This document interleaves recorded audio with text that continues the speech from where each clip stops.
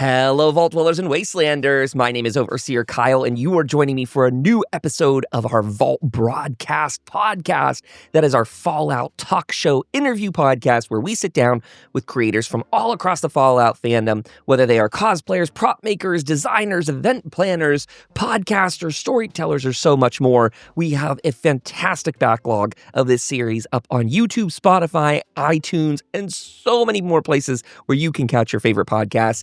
I would highly recommend you go subscribe to them, and you can check out the links for everything for the show at overseerkyle.com. And I want to tell you, on today's, we are going to be sitting down with Nick of Onyx Props, a fantastic cosplayer, prop maker, and someone who's getting into doing films in relation to it. You can check some of them out over on his YouTube channel, his Instagram, and TikTok, where you can find all of those links below. And as well, you can also find our code VAULT2, which you can use up on the Bethesda Gear Shop to save yourself a whopping 20% off and give us a fantastic kickback.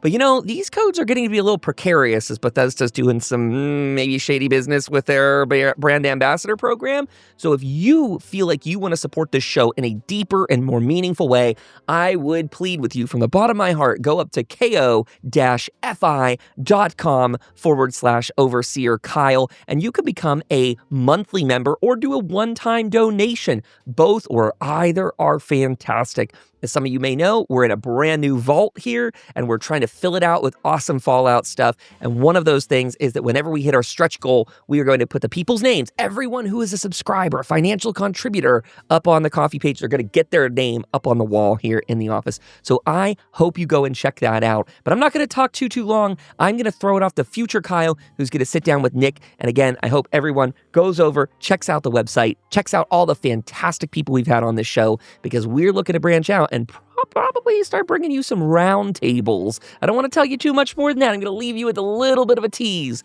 but look out for round tables with our recurring guests over here on Vault Broadcast. Catch you all in a moment. Hello, everyone. I am back sitting down with Nick of Onyx Props. Nick, welcome to the show. Thank you so much for joining me today, and thank you for letting us bump it a day when you and I both had some internet trouble in advance. So thank you for being here. Maybe you could tell us a little how your day's going. You're sitting in there fine. I love the cosplay. It's looking phenomenal. Thank you. Yeah, thanks for having me. It's my first time being on a podcast. I'm Nick from Onyx Props. I started cosplaying. I took a hiatus for a bit, but I first started cosplaying, I want to say, like 2016. Wow. My first prop I ever made was a Buster Sword from Final Fantasy, and I made a couple things from Destiny because that was huge at the time. I still have a few of those props. Some of them held the test of time or were good enough to keep. I've been a fan of Fallout for about a little over 10 years, but I only got into cosplaying Fallout kind of a year ago. I made my first version 1 of my Ranger like 6 years ago, but I didn't quite like how I made parts of it, didn't quite like how it turned out, so I just kind of post a couple pictures. I was like, I'm going to shelf this for I got a little bit better. Sure. And flash forward till last year, I finished it the week the show came out. It was a great motivator to finish it. And then I'm at version technically 3 now. Wow. So that's a lot to unpack there. You got a long history with this. 2016, so I don't know if you can believe it. You probably know very well, but 10 years is what you're coming up on with that. That is an impressive time. And you said you've been a fan of Fallout for about just as long, like 10 or so years with that, 10 plus? Pretty close. My friend actually bought me, I talked about trying Fallout. My friend Jared actually bought me a copy of Fallout 3 in New Vegas, the Ultimate Edition of New Vegas. And so I played 3. 3 was my first one, New Vegas being my second. And then I didn't play 4 until probably like 3 or so years after it came out. Pretty much when I got to cosplaying, about 2016. I knew when I first played, I've always been into the culture of cosplay, but I didn't really start till, like I said, a little after. But I've been watching videos of other people making stuff for years. And then once I finally saw people making stuff for games I liked, I'm like, okay, I'm going to learn how to do this. And when I get the money and resources, I'll delve into it.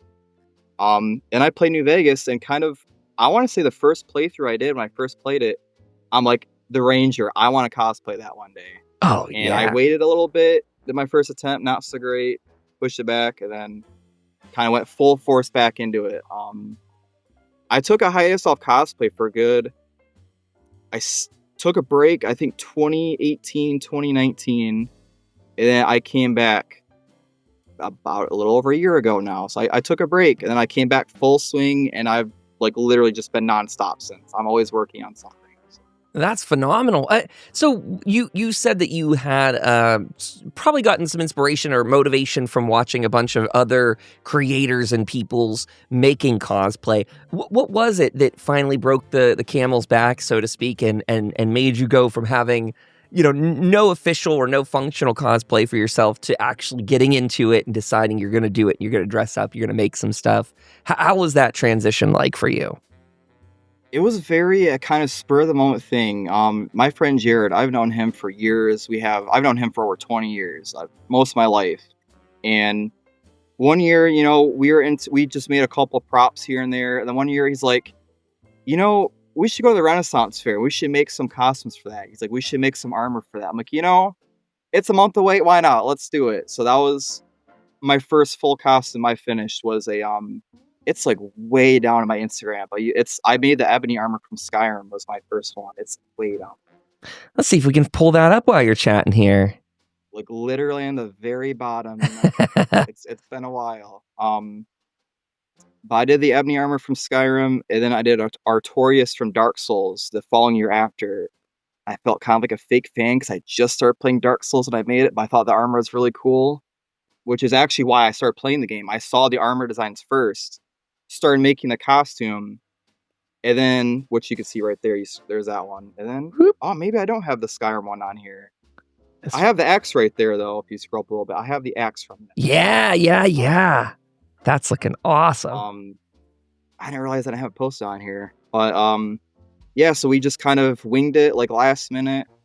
And then the following year after, we're like, all right, that was a lot of fun. Let's do something a little similar but different. So I'm like, all right, what's some other cool medieval fantasy armor? And I just looked up games I knew that had a fantasy setting.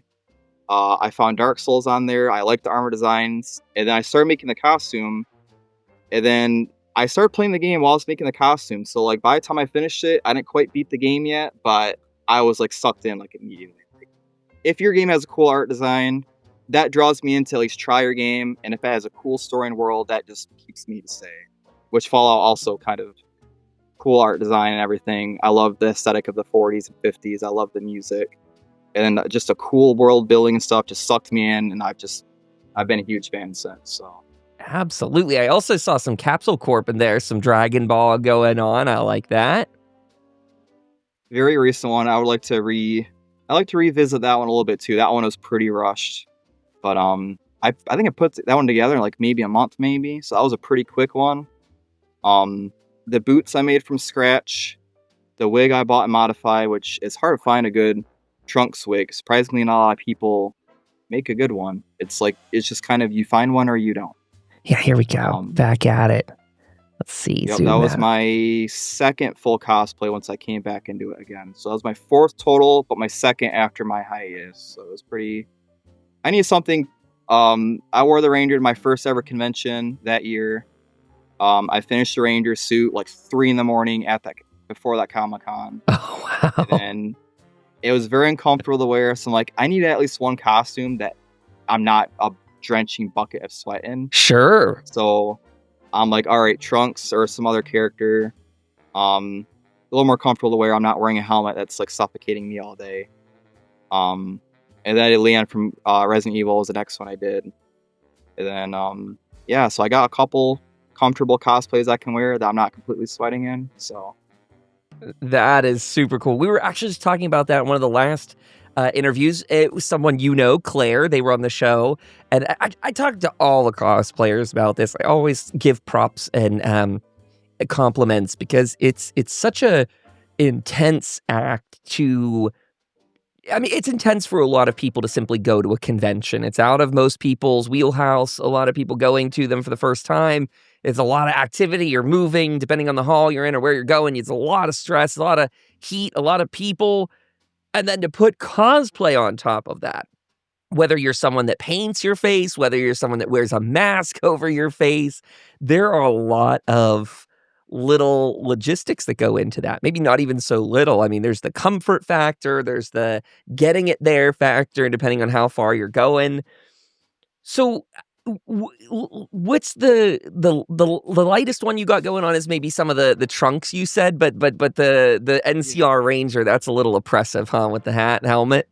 Thank you. The trunks in the Leon are definitely the most comfortable ones. I actually have a couple of new Fallout cosplays planned. I've leaked a little bit about that are more comfortable cosplays. So when I'm not wearing the Ranger, I can still be in Fallout because as many cosplays as I do, everyone knows me for my Ranger. No matter what I do, I feel like I'll always be known as a Ranger. So like, all right, I gotta stay with the Fallout roots, so people know it's me. I have I guess I'll say one of them because they're kind of just plans right now. But I am working on a King's cosplay from New Vegas, and I have another one I'm kind of just keeping a secret until I kind of fully decide if I'm going to do it.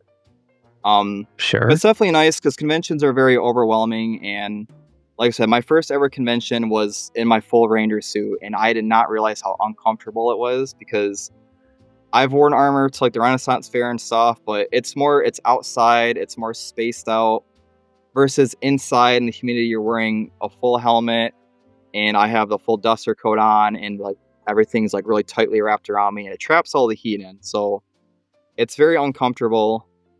Even when you put fans in, they help a little bit. I'm gonna see if I can find a better way so I can stay in costume longer. I tend to walk around with like my helmet off, so I don't completely just collapse on the floor. So For sure. and then I'll just quickly throw it on when I'm ready to take a picture. So Have I you try to stay in toyed? character as much as I can, but it's definitely hard when it's not very comfortable. But I do what I can.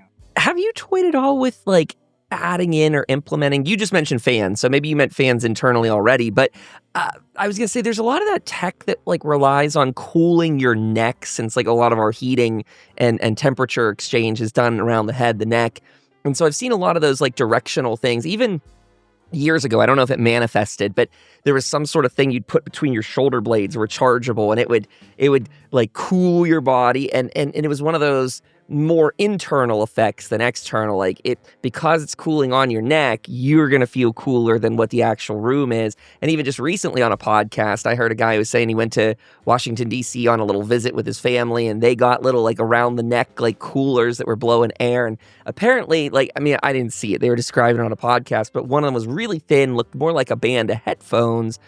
So that's a really serious and genuine question to you. Does your kit have any of that, or have you ever, toyed with any of that? So my old Ranger helmet had a singular, on the inside, and it didn't really do a lot because once it's in your helmet, it's just sucking in hot air and blowing out hot air. So it kind of really just kept my lenses from not fogging up a little bit. Gotcha. But I definitely agree. If you can keep your head cool, the rest of your body will kind of follow through because your head, the temperature with your head controls, impacts a lot on your body. The neck fan thing's actually a really good idea. Now you bring that up. I'm gonna see if I can work that in my costume and maybe hide it somehow. Because I like to hide it the best I can. Like maybe put like a scarf around my neck and have it just covering it like right here. The scarf though worries me. I like your idea, but I'm hearing more fabric over top, blocking in more heat. More like a bandana, maybe. Sure. If I can make it look in universe and be functional, that's always my goal. I try to stay as immersive as I can while being in cosplay. Another idea I'm playing around with is there is a backpack oxygen piece around your head, which I made it. I have to work on a way to get it to stay on the coat. It keeps falling off. But that's another thing I'm working with my new Ranger. But I do have an idea for it. I mentioned earlier that the helmet fans just kind of suck hot air in and blow hot air out.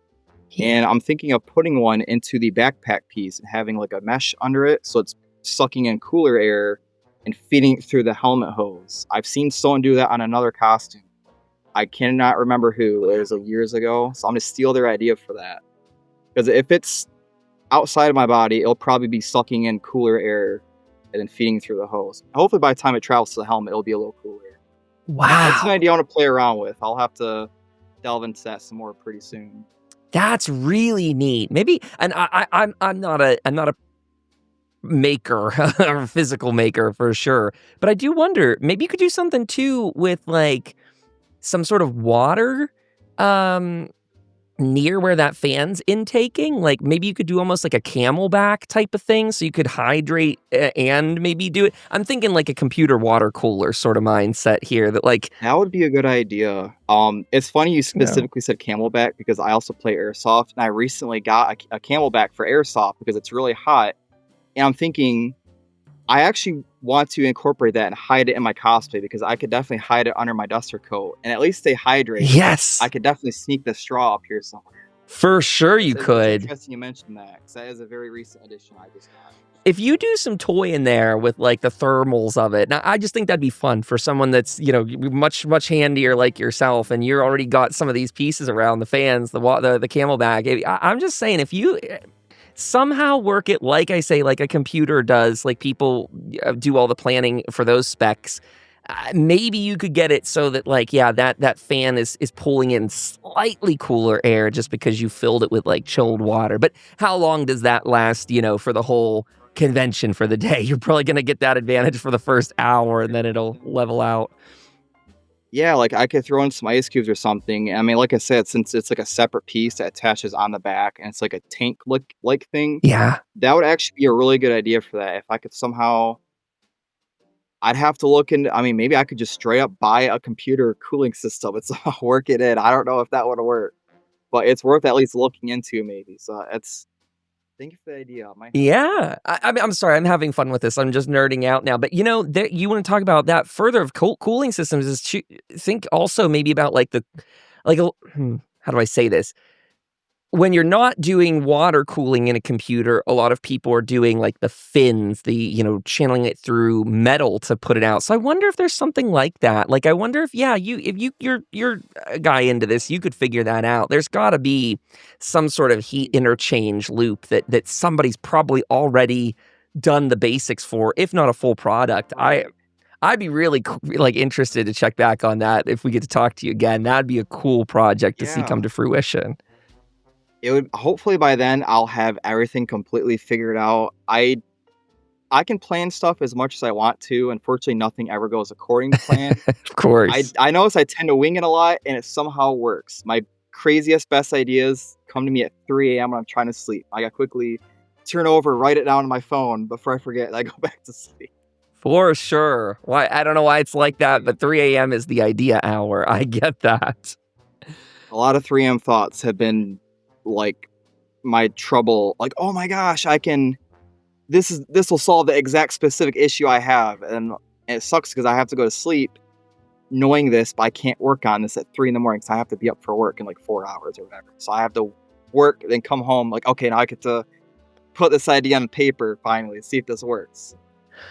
So That actually brings up a great, you know, another question to go into, which is how do you manage that balance between, I'm not trying to go into your personal life and your job per se, but how do you manage that on top of a busy creating schedule of actually crafting your gear, but then traveling to events? Is that's just a lot of work by the sounds of it, a lot to probably manage. What's the logistics like that for you? Like when you take this to an event, is that something you have to plan all together too? Is like taking the costume, or does it travel nice enough with you that it's, you know, sort of all in one compact for yourself? yeah, so I could delve a little bit into it. So I work full time as an assistant manager. I don't know if I can like say where I work. I don't know if I it's, like, wouldn't. a weird corporate I'd thing. keep that off. I work for a very popular corporate franchise store, or I guess a store. I'm an assistant manager. I work 40 hours a week. My schedule's kind of hectic since I always have to be there, make sure the store doesn't burn down, pretty much. That being said, I pretty much have to fit cosplay in wherever I can. I kind of see what I'm working for the week, and I'm like, okay, I work early in the morning this day, and I work later in the day this day, so I can get home from work, and I can stay up late, and I can get like a good 6-7 hours of cosplay stuff in. I pretty much, if I'm not working, I'm pretty much working on a cosplay. Like I said earlier, I went from a hiatus to just going full swing into it. I went from finishing my Halo suit earlier this year. I took like a maybe 1 or 2 month break, went right into doing the new Ranger suit. I've been slowly tinkering with it since. Um, Traveling with it, I definitely have to plan. There is a bigger project I like to take on next year. I might get into that more later. I specifically have not done because I don't have a way to get it anywhere when I build it. So I put it off for now, but I've been thinking more on how I'm going to move that to the convention. But once I get that worked out a little more, I'll probably start on it. But I'm glad you brought that up. For my Ranger, I actually have a customized tote I made for it, which I have a post on somewhere if you scroll towards the top. Wow. Okay, we'll keep our eyes open for that one. Yeah, it was just a Sterilite tote I bought from Walmart. It was like $10, and I painted up it was just, I left unpainted for a while, but I'm like, it'd be cool if I painted it in universe to look like something out of Fallout. So I did that. And now when if I ever have a stack of totes in like my garage or whatever, I can be like, okay, that's the Fallout cosplay. I know exactly what that is by looking at the tote. So I did some customizations, and I kind of told a story with it with my character and how I think it would look if an NCR Ranger had a specific tote to carry their armor with them on their travels. It just barely fits in the trunk of my car, which is also something I plan to. When I buy the tote, I'm like, okay, can this fit in my car?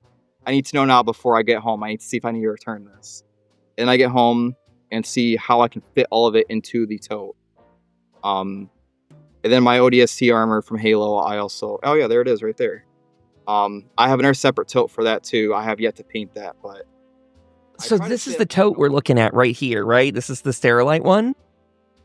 Yeah, the one on the right there. Yep. Wow. A couple of photos you can swipe through for it. That kind of highlights a couple of the close-ups. Dang. That is looking great. Got your Sugar Bomb, Sunset Sarsaparilla on there, some Red Rocket, and what's that? Just a West Virginia poster, maybe, huh? It is. There's some stickers I found online. I try to do a reference from every game, or at least every game that had a very obvious callback to it. So I kind of tell a story of my Ranger, like, oh, my Ranger has been through New Vegas, my Ranger has been to West Virginia, my Ranger has been to the East Coast with the Red Rocket, which I think it's more Poseidon on the West Coast. I think you're right, yeah. Yeah, but I try to kind of make it look like a luggage tote. Like my Ranger has traveled and has been stationed at different camps throughout the wasteland, throughout the whole, entirety of America. I'm like, okay, how would a Ranger customize this? A Ranger, like soldiers of war, would always customize their footlockers, their helmets, etc.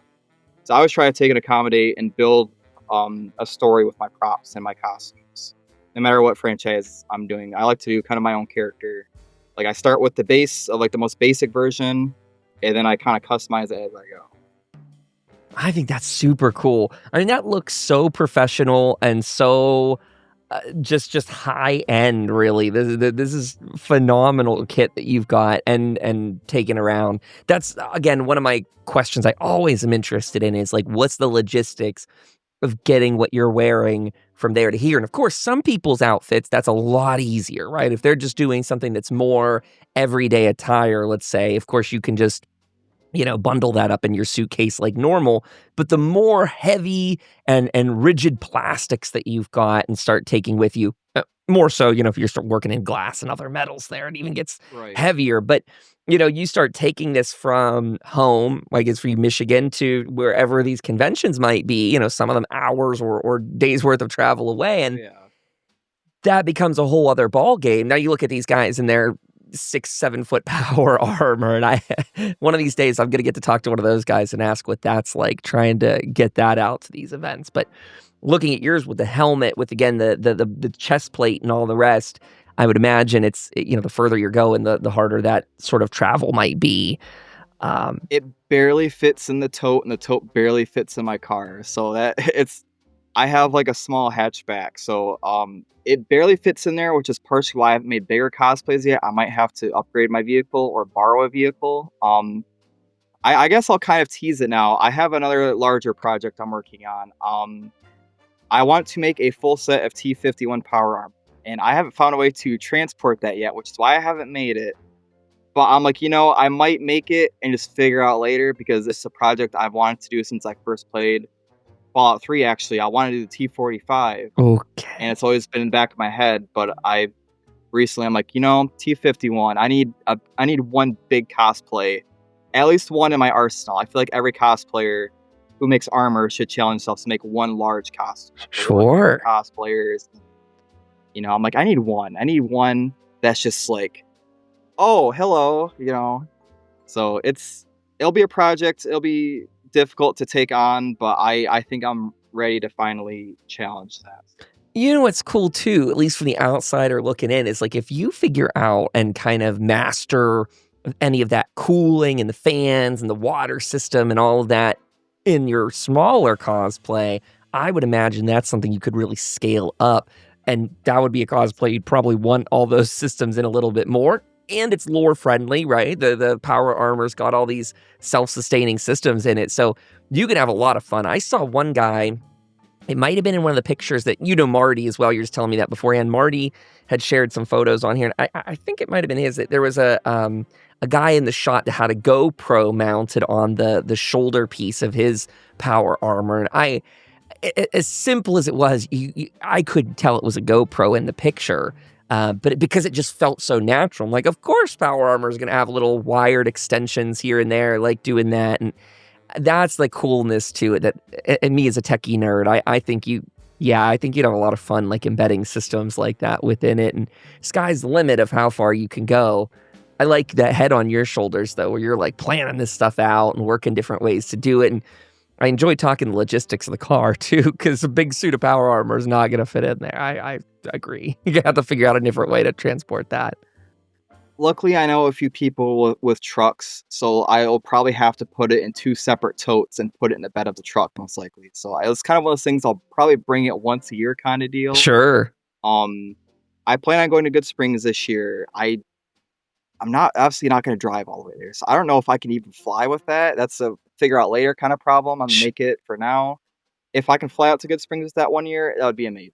But for now, we'll just do 1 or 2 local cons when I get that done. That's little steps at a time. But yeah, it'll definitely be a lot easier to once I figure out the cooling things. And I like that you mentioned, you can start with the smaller suit and bring it on. I definitely do like to prototype with other things and then incorporate into other cosplays. Like with my Halo suit, for example, whenever it's similar. It's actually more pieces of armor, which weirdly is more comfortable to wear and more flexible than this armor, which is really weird. But I definitely like to learn something from one cosplay and I like to put it into another one. Like, I'm like, okay, this worked well at this one. This didn't work. When I make this, I'm going to go into making that, knowing this works and this doesn't work. And with power armor being a lot larger, I have mostly in my head how I'm going to make it. It's just actually getting the scale and figuring out the cooling thing is probably the other thing. I've seen vests you can buy, you can put in the freezer that have like a gel in them. Yeah. That was definitely something I thought of. That mixed with the camelback. And I'll probably also do the other thing with the fans in the back of it and having some tubes go to the helmet maybe with some cooler air. So the computer thing definitely work really good on that because I could hide that much easier. So I'm definitely going to look into that today probably and see what the likelihood of that is. But that's a good idea. That is so cool. I love the kind of workshopping idea here. And I would shout out to any of our other content creator friends out there, those that do cosplay or otherwise. If you have ideas about this, any shortcuts, anything you've tried, succeeded, tried and failed, whatever it is, leave a comment below. Let us know. Because Nick here could take some of that feedback into the prototyping stage. I think that's what's super cool about getting to know all these different cosplayers and creators is seems to be a very shared knowledge community from everything I've picked up on it, and just absolutely the nicest people that have come through the door here and talked to us about it. So I'm ever grateful for all of you. And I always say, I think the cosplayers and at large, anyone who creates around the Fallout space, I always tip my hat to you all and say, it's really you all that make this community so dedicated and intense and caring about itself, whereas other communities can be very gatekeeping and very exclusionary and all these other things. But all the guests, all the cosplayers that have come through here have said, when I go and meet others in this community, they are just the kindest, sweetest, giving stuff away. How can I help you? What can I do for you? Like, yeah, I don't know. You mentioned before the show even started that you have familiarity with Claire and others that I mean, that's just been a huge part of their chats on the show here. It's just how welcoming of spaces they've either been invited to, or a lot of them are starting to create those. And I think that's phenomenal, whether it's, Marty and them and their Nuka World group, or Claire and the Great Midwest Commonwealth.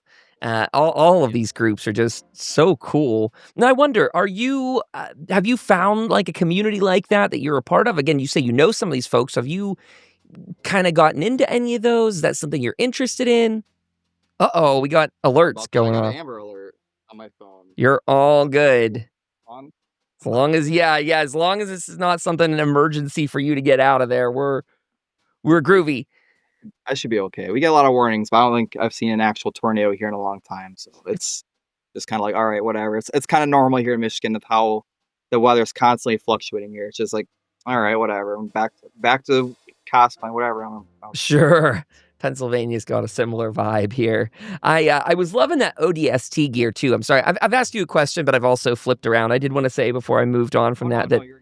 That ODST gear is just phenomenal. I did love me a lot of Halo in my younger years, and so I think that's amazing. I love it. Thank you. That kind of ties into what I was gonna say. Actually, Yeah. You're asking about cosplay communities, and Yeah. I'll kind of jump to Halo for a brief second here. Halo has a dedicated one for the 405th. You might be familiar with the 501st or Star Wars. It's almost the same thing, except they don't really have regulations. It's kind of just do your thing. And they're very welcoming too. Like every cosplay community I've been in, the Fallout, the Halo, they've always been super welcoming, super sharing. Hey, here's the 3 models I ripped from the game. If someone wants to clean these up and 3 print them, or here's literally the STL files, a 3 print. Here's all of the exact high-res reference pictures to get all the specific decals on the armor. Here is the font you need to make your own custom stencils. Like on the ODST, for example, I made my own character, and on the neck plate right here, it'll have their name. Yep. And I found the font. Someone found the font they use in the game, so you can make your own character's name. So I wrote Onyx on mine, and I put it on the back of the helmet also. Yeah, a lot of the go from Halo to Fallout. Every cosplay community I've been in is super, super welcoming. I definitely love to share knowledge as much as I can, because I was that cosplayer once who didn't know anything, and I found a lot of YouTube channels like SKS Props, Ashen Warrior, and Punish Props all have amazing tutorials, and they're pretty much where I started when I started cosplaying. And I pretty much owe everything to them for getting me the jump to find the materials and the tools. And I kind of scour different communities throughout the internet. I kind of have like amalgamation where I learned little things from completely random cosplays, but I somehow worked them into my own. Yeah, they've done all kinds of stuff. Like they do repaints, they do their 3D modeling. They've done a few Fallout things, but I take things I learned from other people's cosplays. It could be an Iron Man suit, it could be a Halo suit, it could be a World of Warcraft cosplayer, and I'll find videos of people making their stuff or talking about it. I'm like, oh, hey, I had this specific problem, I solved it with this. And I'm like, that's a good idea. I can use that in another cosplay. And then I share it with other people. Like, hey, I found this technique. This worked great for me. It's kind of a thing you can use for several cosplays. Like for one example, someone, Impact Props, they made a Halo suit years ago. And part of the lower part of the armor needed to move. I mean, be flexible, but still be attached. And a thing I did with my armor, I can kind of show you, is I kind of stole their idea, and I made the chest plate separate here, but attached with elastic, so it stays together. But when I need to move or turn, wow, it kind of bends with me. Which, again, I stole from a completely different cosplay, and I worked it into this one. And I've shared that with a few other Ranger cosplayers, and they've worked it into their cosplays too. So it's cool. I can kind of help people make an uncomfortable costume more comfortable if I can, because in the game, it's just one flat piece of armor, and that's how my very first version was, and you cannot bend over it at all. Which it's still kind of hard to do, but it does make it a little bit easier, just a little bit. So whatever I learn, I try to share as much as I can, because if I can make someone's cosplay experience better and easier and more accurate, I will definitely share whatever resources I have. Because it is hard to go and find these individual things and then bring them into one collection. So I kind of have everything bookmarked. Then when someone has a specific problem, like, I have exactly what you need to fix this. Here's this video. Here's this paint. Here's this thing. This will fix whatever issue you have. It works for me.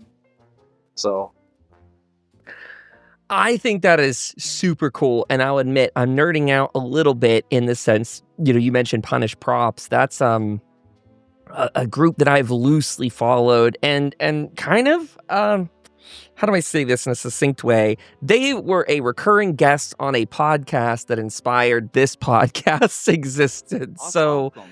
I just feel like that's a cool moment of like, I used to listen to a guy in my spot talking to someone in your spot, and yeah, Punish Props was the person. So that's just really cool. Like, and for 10 years or so, on and off, I've been hearing them as a recurring guest here and there on podcasts. And so, I mean, that's just one group that I'm speaking of, an example that you just see how holistic this community is. Like you're saying, you're finding you're finding a breakthrough from someone else, and that it spreads down the line, and more and more and more take it on. That's what it's about. That's what being a creator and what do I want to say? Just a community figure in these fandoms is all about, is sharing alike. And hell, I mean, that's what inspires us here. I do want to ask a little bit of a question getting to the digital side of things for a moment. And it's that you have a lot of really great videos going on. A month ago, you had uploaded a short video. The Package, I believe, was the name of it. And I can maybe pull it up here on the side. I just want to talk about how your experience has been getting into filming this sort of stuff. We can maybe pull it up and put it on mute here. If I can find this. There we go. So people can see this on the side. You go see it for yourself. Go, everyone, give it a like and a thumbs up. All the rest, share it out with friends, subscribe. But how did this go? How was the making of a video like this for you? it was very different and very hard because I was a whole entire one-man crew for it. Making the cosplay, obviously. Think I was kind of filming it as I went. I didn't really have a script. I had a loose idea. It's something I've had in my mind for like, okay, I'd like to have a video of my ranger. Just kind of showing him traveling over several places and kind of showing his encounters and how he solves them. I'd like to do an even longer video at some point this year, right?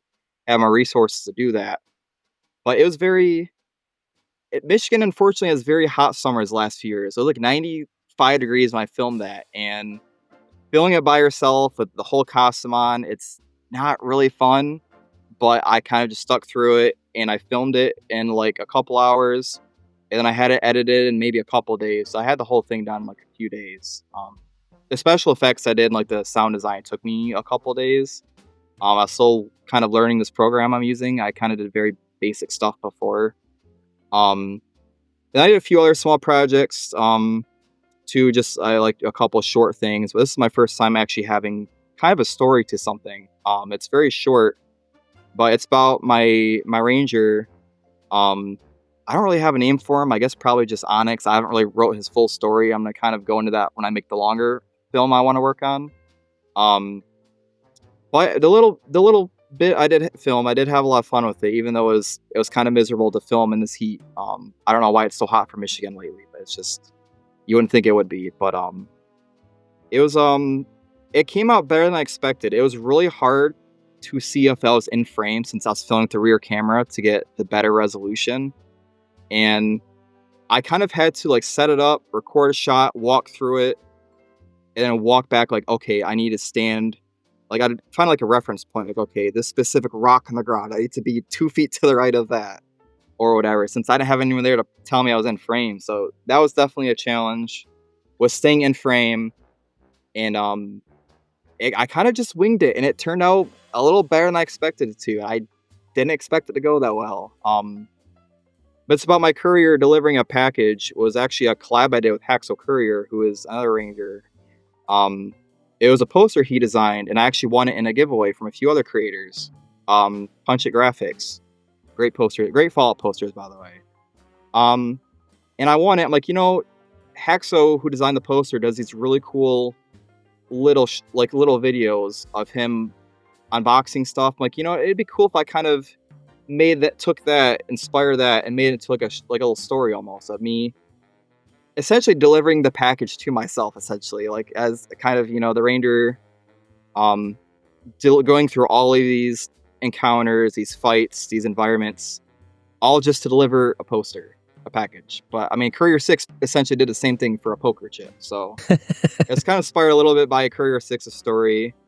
And I'm like, okay, it'd be kind of cool to film how did this get to my house from, wherever it came from. So I have a couple ideas for the next film. Definitely going to flesh out the story of my character a lot more. I have a few ideas. I have a few friends who could help with it too. So hopefully filming will be a lot easier. I'll actually have people tell me I'm in frame and have a couple people star in it with me. So it's kind of one of the problems I had to work around was just being by myself. So I'm like, how can I have a fight or an encounter with one person? I can't be in two places at once. I don't have a green screen outside. So For sure. I would like to definitely do bigger, better things when I have some people to make a longer video. So I got a few things planned. I learned a lot with this one, so I'll be able to take what I learned and incorporate the next one. Be able to do some cooler things with it for sure. Another techie, nerdy thought comes into mind. Look, if you got your friends around to film and tell you when you're out of frame, that's phenomenal. That's the better way to go, in my opinion. But as Instagram sometimes does, they hit me with an ad that I actually find really enticing if I had extra money in my pocket. And one of them was this, probably very small. It looked like it could clip to the back of an iPhone. I don't know if it's for other phones or not. Probably would work.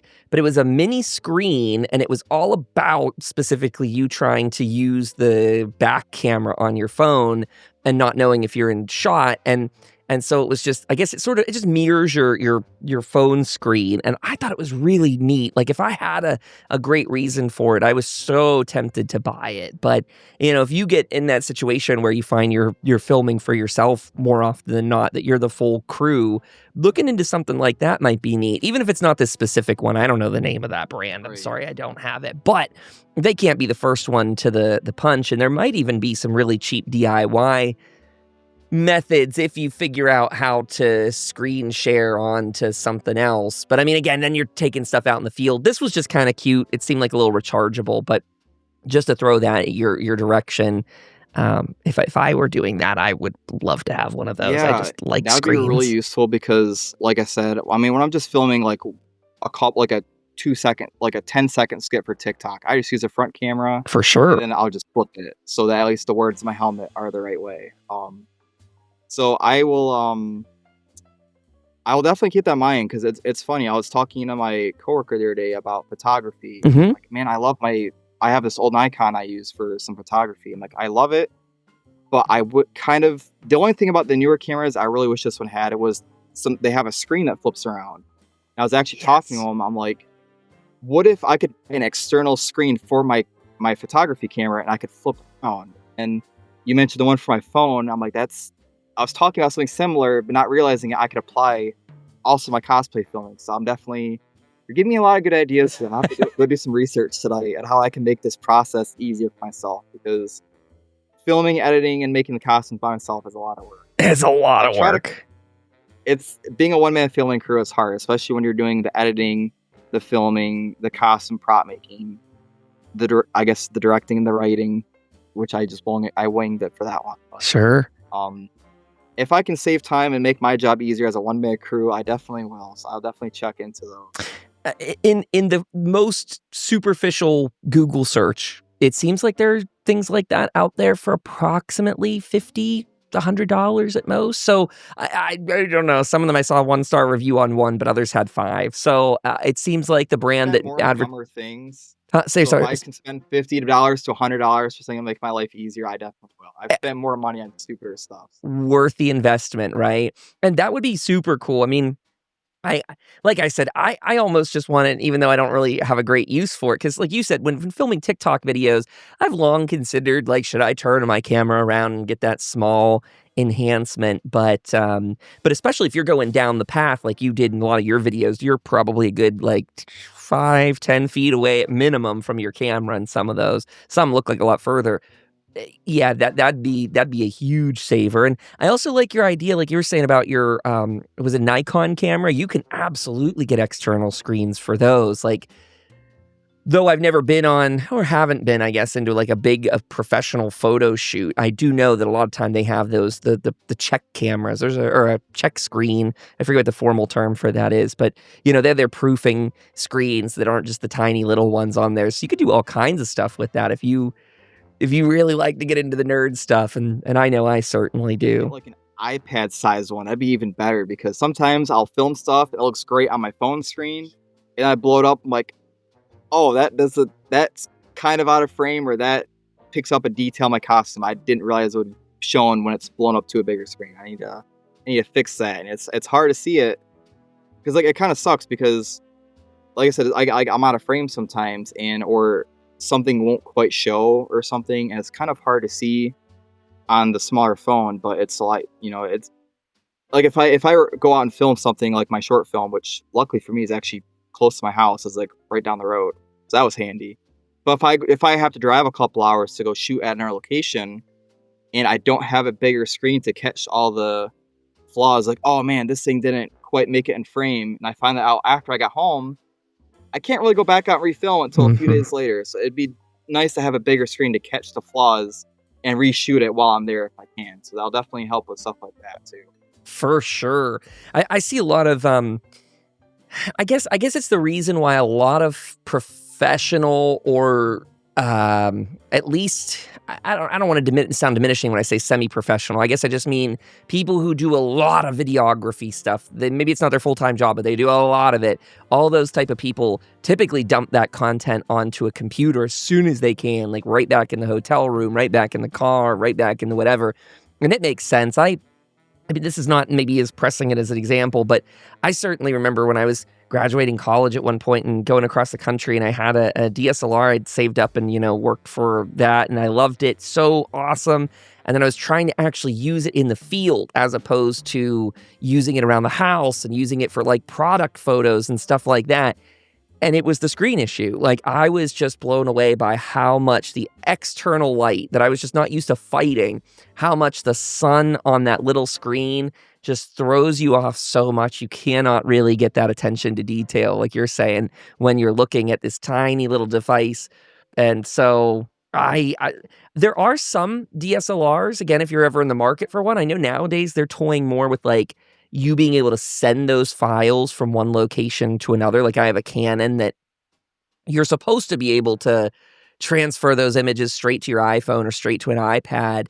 And it works mostly, but it uses a lot of battery, and it's a little finicky to set it up. My camera's 5 or so years old, so the tech has hopefully gotten better. But just to say that in the realm of nerdy videography, there's a lot of cool solutions to some of these problems we've highlighted today. And I don't know. I love sharing this stuff back and forth because who else is interested in this? Who else am I going to tell about a little iPhone screen and they're going to pretend to care? Exactly. I mean, it's hard to find other creators. I mean, it's like how many creators go out and physically record things often with like, I guess, professional or semi-professional cameras. I say is I just film on my phone. I like to get a DSLR to film on at some point because mine is it's an older Nikon from like 2006. I got really cheap to just learn photography on. And that little screen gets glare on it so bad where I have to like literally make almost a hood over the camera just to see what I took. And I have to zoom it in to look at specific parts. Okay, that's way too bright. I have to fix that, or that's not fixable. I got to reshoot that. And so it would definitely be nice to get, I definitely need a camera upgrade. So it'd be nice to have at least a newer one if it doesn't have like a bigger screen. If I could at least send them to, if I could get like a tablet or something, have it send it to the tablet, I could blow it up to a screen yay big instead of yay big. It'd be helpful. So a lot of stuff to look into to make my filming a lot easier. Slowly but Absolutely. surely. And I would leave a note to anyone in the audience that is, do your own homework on everything I'm saying, because I feel like there's probably shortcuts to the shortcuts that I'm giving. Like, I know this stuff circumstantially, and because I've noticed that some of my devices have these settings, not so much that I've created the optimal workflow for them. So to anyone else out there, but again, that would be cool to hear in the comments from anyone that does some filming in and or around cosplay. Uh, do you have a setup that you use for that? Do you have a way you overcome the glare? Because again, to anyone out there that's not tried doing video work in the sun, it is surprisingly hard. Doing it in your house, easiest thing in the world compared to just stepping right outside into the glaring sun, just because of your lack of ability to cross-check it. I love what you were saying about building the hood, trying to like get in there, which is not, again, any easier when you're in full cosplay, you got a helmet on, you gotta start taking that off to get under there and see it. Like, that's a I have to serious literally take logistics off every challenge. time I look at my phone. Like, am I in frame? How did that turn out? I have to replay the whole thing. It's like popping the helmet on and off. My hair gets super sweaty and drenched, and I have like a ski mask I wear to kind of keep my hair out of my face. But when I pull my helmet on and off, it's always dragging it down. It's just, I try to take my helmet off as least as possible, and I sometimes have to sacrifice that for the ease of taking the helmet off for accuracy. Sometimes I'm like, oh, it's hard to take off, but it looks so cool when I wear it. I'm just gonna try and make it easier to wear if I can. For sure. You need the friends. The friends are going to be the best, most surefire way. As long as they are attentive to the frame, too. You got to pick yourself some friends that have at least the tiniest bit of videographer in them. Don't choose that friend that's the one that, is shooting off into the sun while they're like, oh yeah. Sorry, you're in frame Yeah, now. back to what we were doing. Yeah, it definitely, that's part of why I haven't really like made any actual like film stuff yet, because I don't really have friends who are into that. I have one friend who could help. He's been interested. His name is King Garbnar. He's gonna want to work with me on a short film. So he lives local-ish to me. We're a bit apart, but it's workable. So he said he was willing to help. So maybe look out for a collab from us sometime this year. That would be very cool. And speaking of collabs, I know we've talked shop the entire time. So I want to give you some moments here at the end if you'd like to shout out any of these other creators that you either have been inspired by, that you maybe collaborate with regularly or hope to. Anyone you want to give props to is perfectly good, but this is your chance. Shout them out.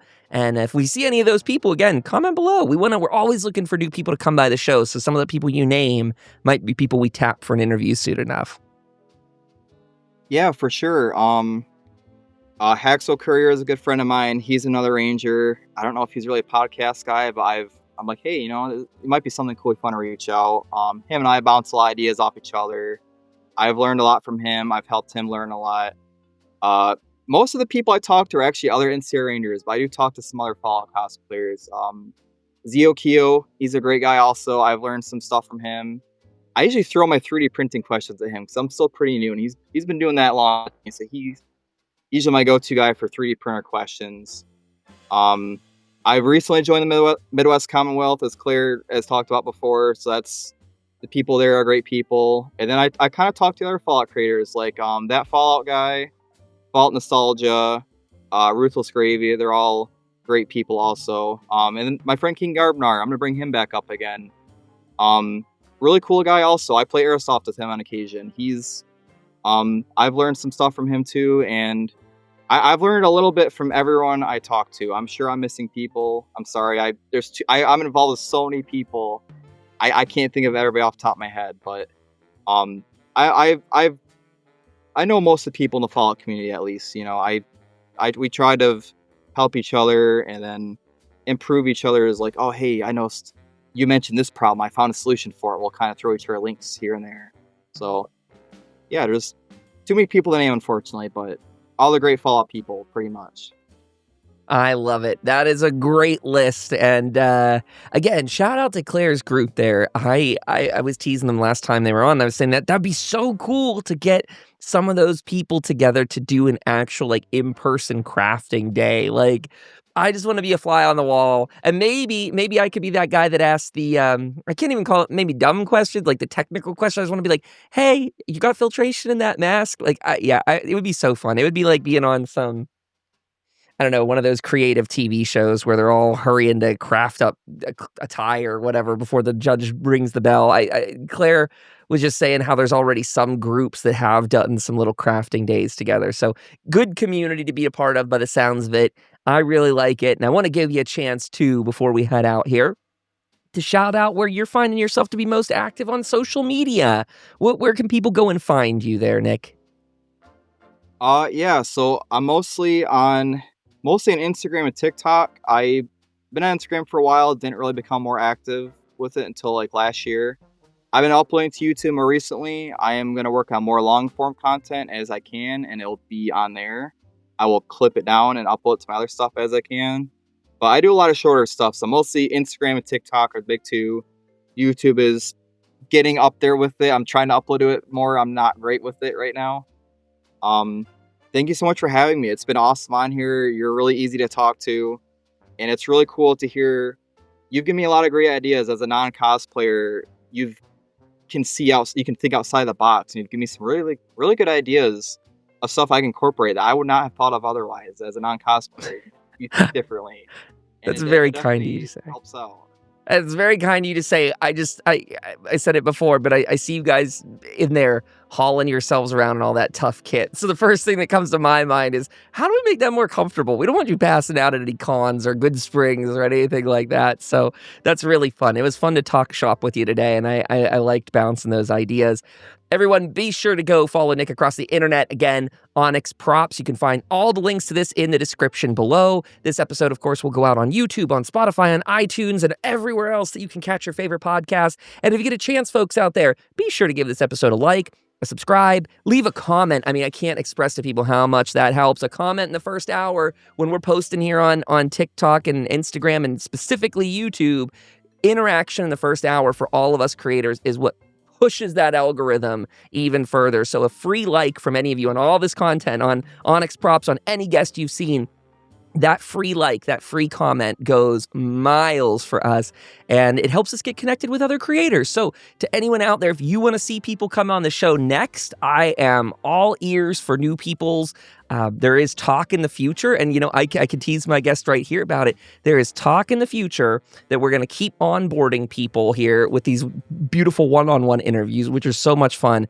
But then I really want to get our returning guests to start doing some little round tables here and there, where we could get some cosplayers at the table together. We could get some podcasters, storytellers at the table. And then, you know what? We can switch that up even, change that dynamic and let some of the cosplayers be with the podcasters and see where all that weirdness goes and what happens when you get creatives from a bunch of different threads all at one table. So, Nick, thank you so much for being my guest here today and for showing us all this great work you've been doing. Again, I stress to everyone out there, go like, go subscribe, go share it with a friend, put it in a Discord server that lets you promote this stuff. Let them know about it. Tell other people, because that's how we all grow as a community. Again, everyone out there, you be safe across the wasteland, and I'll probably catch up with you folks in just a minute as I do a little outro. But for now, for Nick, thank you. Good luck out there in the wasteland. Well, Vault Dwellers and Wastelanders, that was a phenomenal interview. Another one just knocking out of the park. I am so thankful to everyone that has come by this. Unfortunately, Nick and I were just BSing after the episode, and his camera and stuff locked up. So pardon me for being a little distracted in case he rings back in or something. But that was just so good. And I have an ask for all of you out there. All of these creators seem to be going out to Good Springs this year, and it is just outside of my budget. I financially cannot afford it. But with the amount of people we've interviewed and the amount of people out there that we would like to interview, if it is something you all are comfortable with and could help me out with it, again, I would love to get some support over on the coffee page, ko-fi.com/overseer Kyle. I should actually probably pull it up for people just very briefly. We do bonus content up here from our TTRPG. So if you're someone that kind of enjoys, oops, wrong screen. Let's go. Can I do this one? Yeah, that works. We do bonus content up here for our TTRPG, trying to raise some money to afford this beautiful office that I'm staying in, which is largely why I don't have the money to go to an event like this. But if you'd like to become a member, we offer all kinds of perks at different tiers, including we're going to start doing names in the episode credits, but also the $5 tier now has our bonus content from the TTRPG, decompressions, chats. We're looking to amp it up. So if you're someone that is interested, we've even got physical zines that will be going out to people at the $35 a month level. if this is something that you could afford and it doesn't stress you in any way, or you just really love this stuff and you're okay with the stress, go over there and contribute some cash. It would help us a ton. Again, you can do one-time donations. You can do memberships. I'd urge you the membership route. Get all those goodies each month. But honestly, if you choose to share out this show with your friends, that does a lot on its own. And I think I still have that button up here that if you go to the Bethesda shop, if you go up there and you decide you're just going to buy some merch from Bethesda, use code VAULT2. It will save you 20% off, and I get a 7% kickback of whatever you spend. So go and do that math. You very quickly could go and buy yourself a really nice, don't drop anything, Kyle, really nice Pip-Boy off of their site, and you can see how much of a good kickback that gives. It's a nice pocket donation. So that's just from me to all of you. But seriously, if you can't afford that stuff, don't stress. Liking the show, commenting below, sharing it with friends is one of the greatest ways to grow it. And you can see how much fun we have here and all these cool guests that we're bringing through the door and what sort of projects we've got on the horizon. So do me a favor, make sure you're subscribed to Overseer Kyle on YouTube, but also go over to the second channel, Tales from Tomorrow, and drop your sub there as well. It's all free, and you could add these onto your favorite podcast player apps, whether it's Spotify or anything else. But that's going to do it for today. I'll stop rambling. I will say again, overseerkyle.com is the place for you. Go get involved up there, tag your favorite creators below, and we will catch you next week. Bye-bye.